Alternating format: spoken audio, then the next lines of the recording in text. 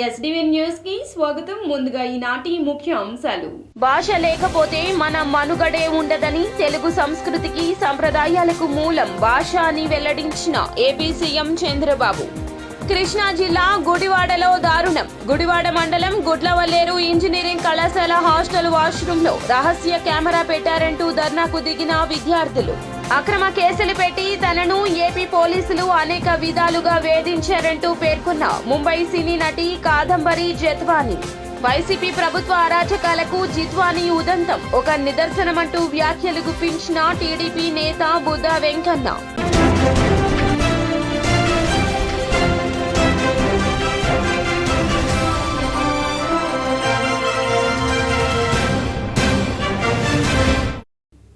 ఇక డీటెయిల్స్ చూస్తే, భాష లేకపోతే మన మనుగడే ఉండదని ఏపీ సీఎం చంద్రబాబు వెల్లడించారు.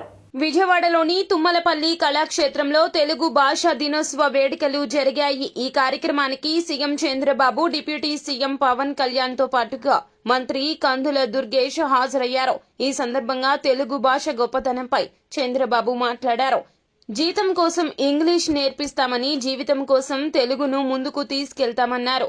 ఇంగ్లీష్ వస్తే ఉద్యోగాలు వస్తాయని భావించడం పొరపాటు అవుతుందన్నారు. వైఎస్ జగన్ ప్రభుత్వం ఇంగ్లీషే జీవితం అనే విధంగా నడుచుకుందన్నారు. ఒక మహనీయుడు,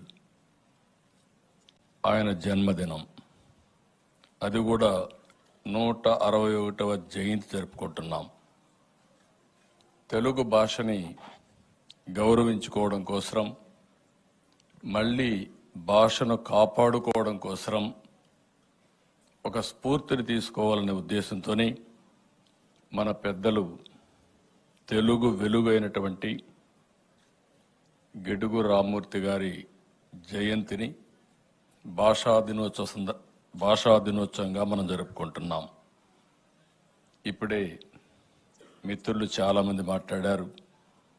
ఈరోజు మనందరం గుర్తుపెట్టుకోవాల్సింది, భాష లేకపోతే మన మనుగడే ఉండదు. తెలుగు జాతికి ఉనికి, మన యొక్క నాగరికత కానీ సంస్కృతి సాంప్రదాయాలకు మూలం మన భాష. ఈరోజు మనందరం గర్వంగా ఉన్నాం. దానికి కారణం మనం తెలుగు మాట్లాడుతున్నాం కాబట్టి. అలాంటి భాష కోసం జీవితాంతరం పోరాడి నిలబెట్టిన వ్యక్తి గిడుగు రామ్మూర్తి పంతులు గారు. ఆయనకి మనం అందరం కూడా ఘనమైన నివాళులర్పించి, తద్వారా జాతిలో స్ఫూర్తిని నింపే బాధ్యత మనం తీసుకోవాల్సిన అవసరం ఉంది. ఇప్పుడే ఉప ముఖ్యమంత్రి గారు మాట్లాడినప్పుడు ఆయన చేసిన త్యాగాలన్నీ చెప్పారు. ఎప్పుడు కూడా త్యాగాలు చేస్తేనే జాతి గుర్తుపెట్టుకుంటుంది, మనం చేసే పనికి కూడా ఫలితం వస్తుంది. అలాంటి మహనీయుడు. కృష్ణా జిల్లా గుడివాడ మండలం గుడ్లవల్లేరు ఇంజనీరింగ్ కళాశాలలో దారుణం చోటు చేసుకుంది. సుమారుగా 300కు పైగా వీడియోలు బాయ్స్ హాస్టల్స్ కు చేరినట్లు సమాచారం అందుతోంది. బాయ్స్ హాస్టల్స్ కు చెందిన కొంతమంది కొనుగోలు చేసినట్లు సమాచారం అందుతోంది.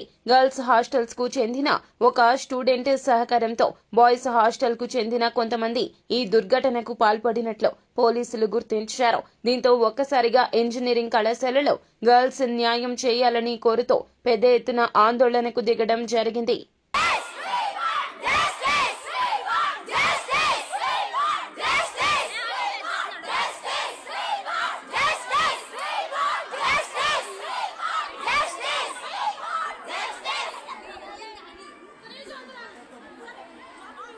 అక్రమ కేసులు పెట్టి తనని ఏపీ పోలీసులు అనేక విధాలుగా వేధించారని ముంబై సినీ నటి కాదంబరి జత్వానీ ఆరోపించారు. తనను వేధించిన అధికారులకు సంబంధించి అన్ని ఆధారాలు తన దగ్గర ఉన్నాయని తెలిపింది. తన దగ్గర ఉన్న ఆధారాలు అన్నింటినీ ఏపీ ప్రభుత్వానికి అందిస్తా అంటూ వెల్లడించింది. మరి కాసేపట్లో హైదరాబాద్ నుంచి విజయవాడకు బయలుదేరి వెళుతున్నట్లు తెలిపింది. తన కుటుంబ సభ్యులను అనేక రకాలుగా ఇబ్బందులకు గురి చేశారన్నారు. ఇప్పుడు ఏపీ ప్రభుత్వం తనకు సపోర్ట్ చేస్తుందని భావిస్తున్నారన్నారు. సోషల్ మీడియాలో కొందరు తనపై తప్పుడు ప్రచారాలు చేస్తున్నారన్నారు. డబ్బుల కోసమే మాట్లాడుతున్నానని, తన వ్యక్తిత్వాన్ని హననం చేస్తూ మాట్లాడుతున్నారని సినీ నటి జత్వానీ తెలిపింది. Conditional support, it means to the world to me. All I want to say right now is so many powerful men have abused their position, power, authority, legal prowess, contact with the sole motive of benefiting monetarily from unlawfully and wrongfully character assassinating me. I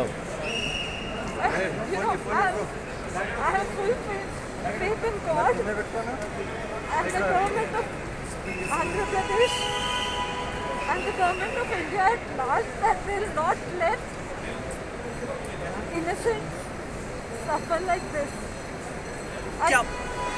I thank you all for your से क्या आपको लगता है कि अब आंध्र प्रदेश आप जाने वाले हैं? क्या उनकी सरकार से आपको उम्मीद है कि आपके साथ इंसाफ हो? I have full faith. I have faith in my innocence, and I'm sure that the government is going to help that come out, and will punish the culprits severely so that they cannot repeat this with anybody else, any vulnerable woman otherwise. नहीं, आपके अफसरों ने, बहुत सारे अफसरों ने अपने नाम किया है, और उसमें आपने दोस्ती कैसी की थी? किस तरह से आपके टच में? देखिए, आंध्र प्रदेश की सरकार कह रही है कि हम आपके साथ हैं, ये सरकार का कहना है। వైసీపీ ప్రభుత్వ అరాచకాలకు జిత్వానీ ఉదంతం ఒక నిదర్శనమని టీడీపీ నేత బుద్ధ వెంకన్న వెల్లడించారు. శుక్రవారం మీడియాతో మాట్లాడుతూ విజయసాయిరెడ్డి శాంతి వ్యవహారం చూశామని, గంట అరగంట మంత్రులు ఏమన్నారో చూశామన్నారు. ఇప్పుడు సకల శాఖ మంత్రి చేసిన దారుణం చూస్తున్నామన్నారు. జగన్ పాలనకు చంద్రబాబు పాలనకు ఎంత తేడా ఉందో చూడాలన్నారు.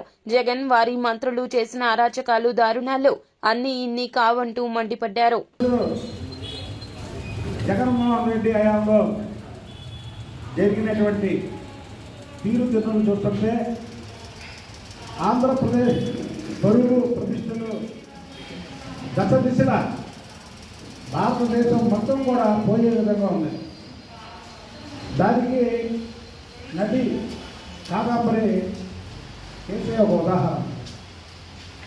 మనం చూస్తున్నాం, అరగంట అన్నాడు ఒక మంత్రి, గంట అన్నాడు ఒక మంత్రి, మల్లెపూలు అన్నాడు ఒక మంత్రి, ఫ్యామిలీకి చూపించాడు ఒక ఎంపీ, ఆఖరికి డైనమిక్ హీరోయిన్ అయినటువంటి విజయశాంతి గారు, ఆమె నిజంగా ఒక హీరోయిన్లో డైనమిక్ హీరోయిన్.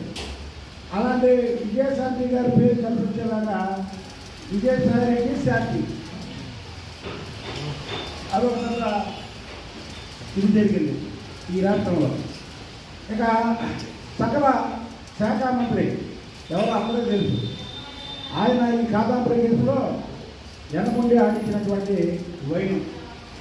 ఇదంతా చూస్తుంటే జగన్మోహన్ రెడ్డి పరిపాలనకి, చంద్రబాబు నాయుడు గారి పరిపాలనకి, నక్కకి నాగలోకానికి ఉన్నటువంటి తేడా ఉంది. ప్రతిపక్షంలో ఉన్న గొంతు ఇప్పుడు నాకు అలవాటు. ఈ కేసులో ఆనాటి డీజీపీ,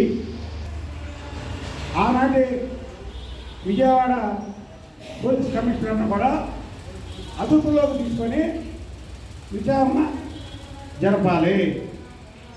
జరిగితే ఇంకా వాస్తవాలు బయటకు వస్తాయి. ఎందుకంటే ఆమె ఒక సివిల్ విషయాలు కూడా చాలా ఉంటాయి. అందుకే ఆమె సిబిఐకి రిపోర్ట్ చేయమని చెప్పారు ఈ కేసు. మరి ఈ కేసులో ఇంకా ఎన్ని నిజాలు చెప్పారు. మరి నిన్నే ఒక ప్రత్యేక బృందం బాంబే బయలుదేరడం జరిగింది. ఈ కేసుని ఇంతవరకు వదిలే ప్రసక్తి లేదు. ప్రభుత్వం తప్పు ఎక్కడ జరిగినా శిక్షించడానికే ఈ కూటమి ప్రభుత్వం. ఇది రాష్ట్ర పరువు ప్రతిష్టలకు సంబంధించినటువంటి కార్యక్రమం. కాబట్టి దీన్ని ప్రభుత్వం చాలా సీరియస్గా తీసుకుంది. అందుకనే ఉత్తర విద్యాసాగర్తో పాటు సజ్జల రామకృష్ణారెడ్డిని, అలాగే ఆనాటి డీజీపీ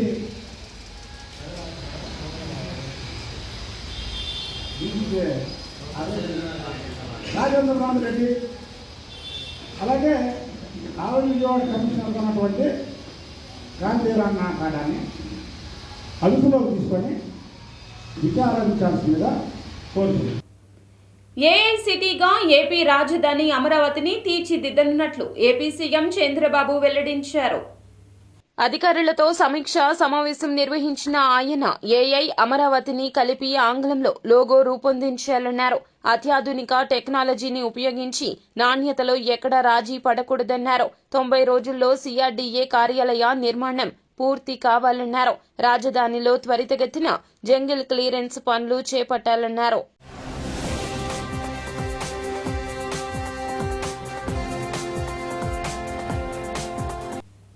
విశాఖపట్నం చెన్నై పారిశ్రామిక కారిడార్కు సంబంధించి అభివృద్ధి పనులు వేగవంతం చేయాలంటూ సీఎస్ నీరబ్ కుమార్ ప్రసాద్ అధికారులను ఆదేశించారు.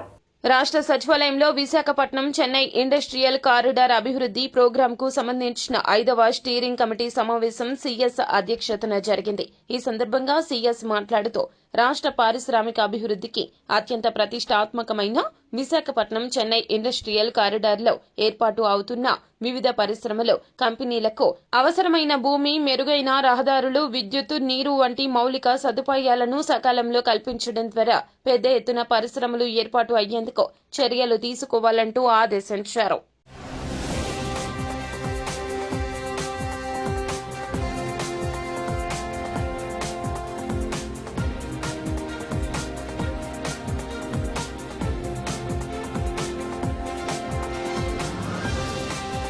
Republican party of India SC, ST, BC మైనార్టీలకు ఎల్లప్పుడూ అండగా ఉంటుందని ఆ పార్టీ మైనార్టీ సెల్ జాతీయ అధ్యక్షులు జాన్ మాస్క్ వెల్లడించారు. గవర్నర్ పేటలోని ఒక హోటల్లో ఏర్పాటు చేసిన విలేకరుల సమావేశంలో Republican party of India minority cell జాతీయ అధ్యక్షులు జాన్ మస్క్ మాట్లాడారు. రాష్ట్రంలో రిపబ్లికన్ పార్టీ ఆఫ్ ఇండియాను బలోపేతం చేసేందుకు గ్రామ స్థాయి నుండి రాష్ట్ర స్థాయి వరకు కమిటీలు ఏర్పాటు చేయడం జరిగిందన్నారు. అక్టోబర్ 3వ తేదీన విజయవాడలో నిర్వహించే జాగరణ సభకు కేంద్ర మంత్రి రామ్దాస్ అతవాలే హాజరవుతారన్నారు. రాష్ట్ర ప్రజలందరికీ తెలుగు దినోత్సవ శుభాకాంక్షలు తెలియజేస్తున్నా. RPI party doctor BR Ambedkar గారు ఏర్పాటు చేసిన పార్టీని తన భుజాలపైన వేసుకొని జనాలకు తీసుకొచ్చి కొంతకాలంలోనే చాలా మంచి పేరు, 40 మంది ఎమ్మెల్యేలు, 6 మంది ఎంపీలు, మరియు తను సెంట్రల్ మినిస్టర్గా ఉంటున్న రామ్దాస్ అత్వాల గారి ఆధ్వర్యంలో మొన్న నేషనల్ క్రిస్టియన్ బోర్డ్ అనే సంస్థ ద్వారా ఢిల్లీలో జరిగిన మీటింగ్లో నేషనల్ మైనారిటీ సెల్కి సంబంధించి నేషనల్ క్రిస్టియన్ బోర్డుగా ఉన్న మమ్మల్ని జాతీయ అధ్యక్షులుగా నియమించడం జరిగింది.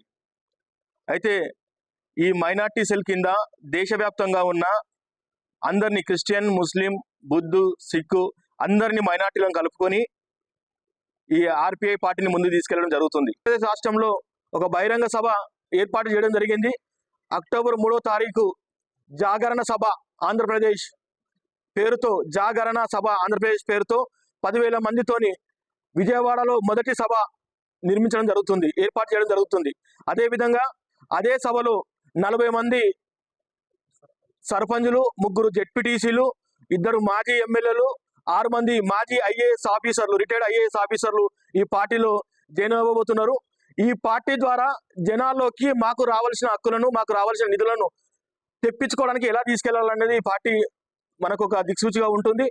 దయచేసి దీన్ని ఆదరించవలసిందిగా ఆంధ్ర రాష్ట్రంలో ఉన్న క్రైస్తవ పాస్టర్లు కానీ ఏదన్నా పార్టీలో ఉండి ఏం చేయలేక పార్టీలో ఉండి భయభ్రాంతులకు గురవుతున్న నాయకులు ఎవరైనా సరే ఆర్పీఐ పార్టీలో జాయిన్ అవ్వడానికి మేము స్వాగతిస్తున్నాం. RPI party SC, ST, BC minority సంక్షేమం కోసం ఏర్పాటు చేసిన పార్టీ కాబట్టి, ఇందులో మన సంక్షేమానికి పనిచేస్తున్న పార్టీ కాబట్టి మీరందరూ ఆర్పీఐ పార్టీని కోరుకొని ఆర్పీఐ పార్టీలో ఇక్కడ తెలంగాణ, ఆంధ్రప్రదేశ్ రాష్ట్రంలో ఉన్న రాష్ట్ర అధ్యక్షులు కాసు బ్రహ్మానందం రెడ్డి గారి దేశీయ మొక్కల పచ్చదనంతో రాష్ట్రం కళకళలాడాలి అని ఉప ముఖ్యమంత్రి పవన్ కళ్యాణ్ వెల్లడించారు. వన మహోత్సవాన్ని ప్రతి ఒక్కరూ సామాజిక బాధ్యతగా తీసుకుని శుక్రవారం నుండి రాష్ట్ర వ్యాప్తంగా మొదలయ్యే కార్యక్రమంలో విధిగా పాల్గొనాలంటూ ఉప ముఖ్యమంత్రి, అటవీ పర్యావరణ శాస్త్ర సాంకేతిక శాఖ మంత్రి పవన్ కళ్యాణ్ పిలుపునిచ్చారు. పచ్చదనంతో రాష్ట్రమంతటా కలకల్లాడాలని అదే లక్ష్యంతో కూటమి ప్రభుత్వం ముందుకెళ్తుందన్నారు. వన మహోత్సవ కార్యక్రమం నిర్వహిస్తున్న వేళ పవన్ కళ్యాణ్ రాష్ట్ర ప్రజలకు వీడియో ద్వారా సందేశాన్ని అందించారు. కార్యక్రమాన్ని అందరూ సామాజిక బాధ్యతగా తీసుకోవాలని మనస్ఫూర్తిగా అభ్యర్థిస్తున్నాను. పర్యావరణ సమతుల్యత కోసం పచ్చదనాన్ని పెంచాలి అనేది ఎన్డీఏ కూటమి ప్రభుత్వ లక్ష్యం. 29% ఉన్న పచ్చదనం 50% తీసుకెళ్లాలే లక్ష్యంగా పనిచేస్తున్నాం. ఈ వన మహోత్సవ కార్యక్రమంలో మరొక ముఖ్య విషయం, వృక్ష జాతుల ఎంపిక చాలా కీలకం. అవి స్వదేశీ వృక్ష జాతులను ఎంపిక చేసుకోవటం చాలా అవసరం. స్థానిక వృక్ష జాతులు నాటడం ద్వారా జీవ వైవిధ్యాన్ని, నేల ఆరోగ్యాన్ని మరియు పర్యావరణం మరియు మానవ ఆరోగ్యాన్ని కాపాడిన వాళ్ళు అవుతాం. అందుకే దేశవాళీ చెట్లు పెంచడం చాలా అవసరం. మన దేశ భూ వాతావరణ జీవ వైవిధ్యాన్ని ముప్పు కలిగించే అన్య దేశ జాతుల్ని నాటడం మనందరం మానుకోవాలి. చూడటానికి మొక్క ఆకర్షణీయంగా ఉంది, మొక్క నాటితే ఏపుగా పెరిగిపోతుంది, నిర్వహణ ఖర్చులు అని చెప్పి ఎవెన్యూ ప్లాంటేషన్ పేరు మీద గత దశాబ్ద కాలంలో అన్య దేశ వృక్ష జాతులైన కోనాకార్పస్, ఏడాకుల పాల, మడగాస్కర్ ఆల్మండ్, ఆస్ట్రేలియా తుమ్మ లాంటి వృక్ష జాతుల్ని విరివిగా నాటేశాం. వీటి మూలంగా పర్యావరణానికి ప్రయోజనం కంటే కూడా ఆరోగ్యం మీద, భూగర్భ జల సంపద మీద చాలా తీవ్ర ప్రభావం చూపుతూ ఉంది. అందరూ ఆ ప్రాంత జీవ వైవిధ్యాన్ని పెంపొందించే స్వదేశీ జాతులను మాత్రమే నాటాలి అనేది ఏ దేశపు వృక్ష శాస్త్రజ్ఞుల్ని అడిగినా చెప్పే మాట ఇది. కానీ ఆ వాస్తవాన్ని విస్మరించి విదేశీయ మొక్కల మోసుతో రాష్ట్రమంతటా కోనాకార్పస్తో నింపేశారు. కోనాకార్పస్ అసలు మొదట పరిచయం చేసిన అరబ్ దేశాలే దాన్ని నిషేధించినాయి. ఎందుకంటే దాని దుష్ప్రభావాలను గుర్తించిన వెంటనే నిషేధించారు, తీసేశారు.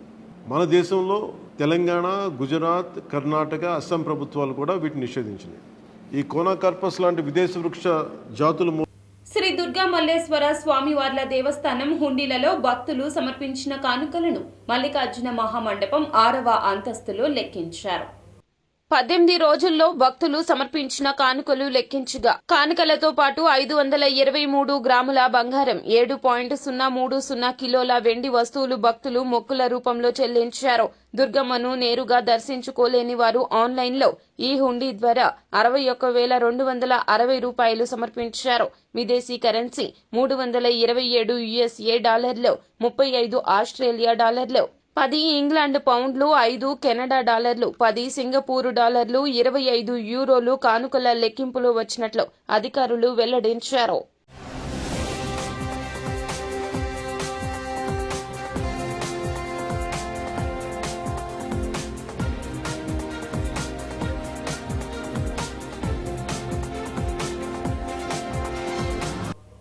పేద విద్యార్థులు చదువుకునేందుకు దాతలతో పాటుగా స్వచ్ఛంద సంస్థలు ముందుకు రావాలని ప్రదీప్ ఫార్మా అధినేత ప్రదీప్ పిలుపునిచ్చారు.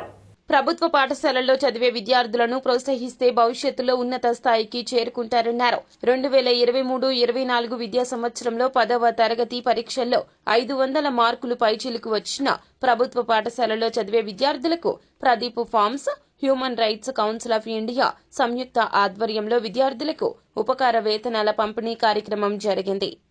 నాకు ఇలా ఎవరు చెప్పలా, మా నాన్న ప్రైవేట్ స్కూల్లో చదివించట్లేదు, ప్రైవేట్ స్కూల్లో చదివిస్తే ఇంకా బాగా చదువుతానేమో కదా, ఏముండదు.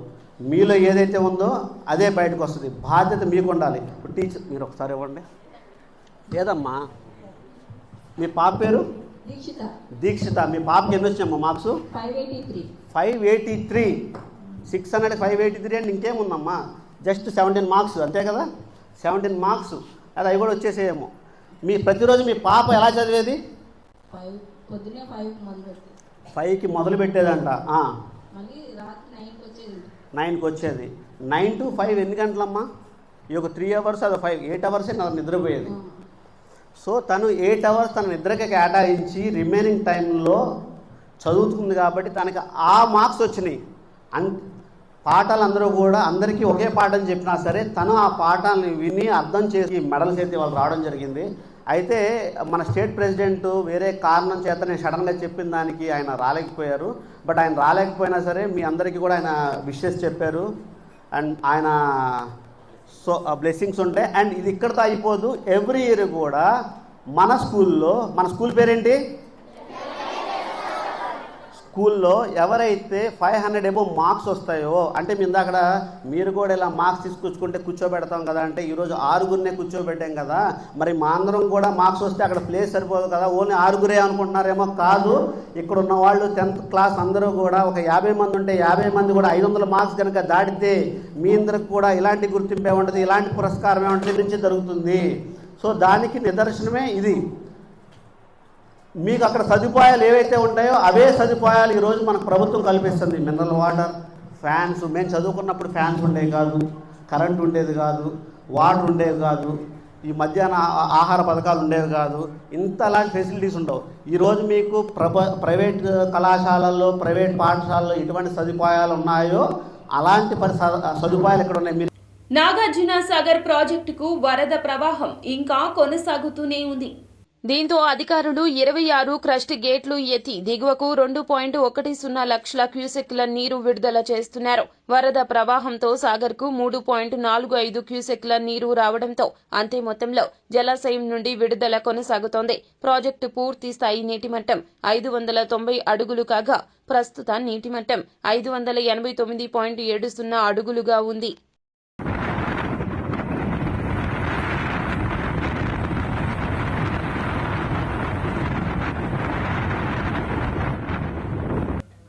ప్రోటోకాల్కు వైసీపీ ప్రభుత్వంలో అప్పులు చేశామంటూ రాయనపాడు గ్రామ సర్పంచ్ కాటమనేని కళ్యాణి బీజేపీ రాష్ట్ర అధ్యక్షురాలు పురంధరేశ్వరికి ఫిర్యాదు చేశారు.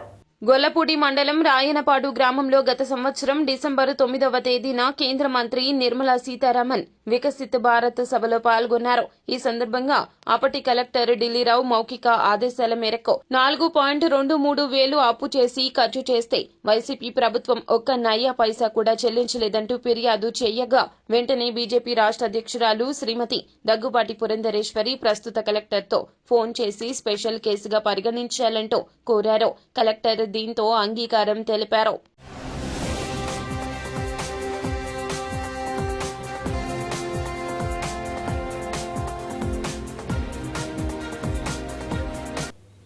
కృష్ణా నదికి వరద పోటెత్తుతోంది. ప్రకాశం బ్యారేజీ 70 గేట్లను వదిలారు. ఉదయం 9 గంటల నుండి క్రమేపీ వరద పెరిగింది. సాయంత్రం 6 గంటలకు ఎగువ నుంచి 1,94,129 క్యూసెక్లు రాగా 50 గేట్లను 4 అడుగుల మేర, మిగతా 20 గేట్లను 3 అడుగుల మేర ఎత్తారు. సముద్రంలోకి 1,76,900 క్యూసెక్లు విడుదల చేశారు. సాయంత్రం 7 గంటలకు ప్రవాహం మరింత పెరిగింది. ఎగువ నుంచి 2,03,204 క్యూసెక్లు రాగా 65 గేట్లను 4 అడుగులు, మిగతా 5 గేట్లను 3 అడుగుల మేర ఎత్తడం జరిగింది.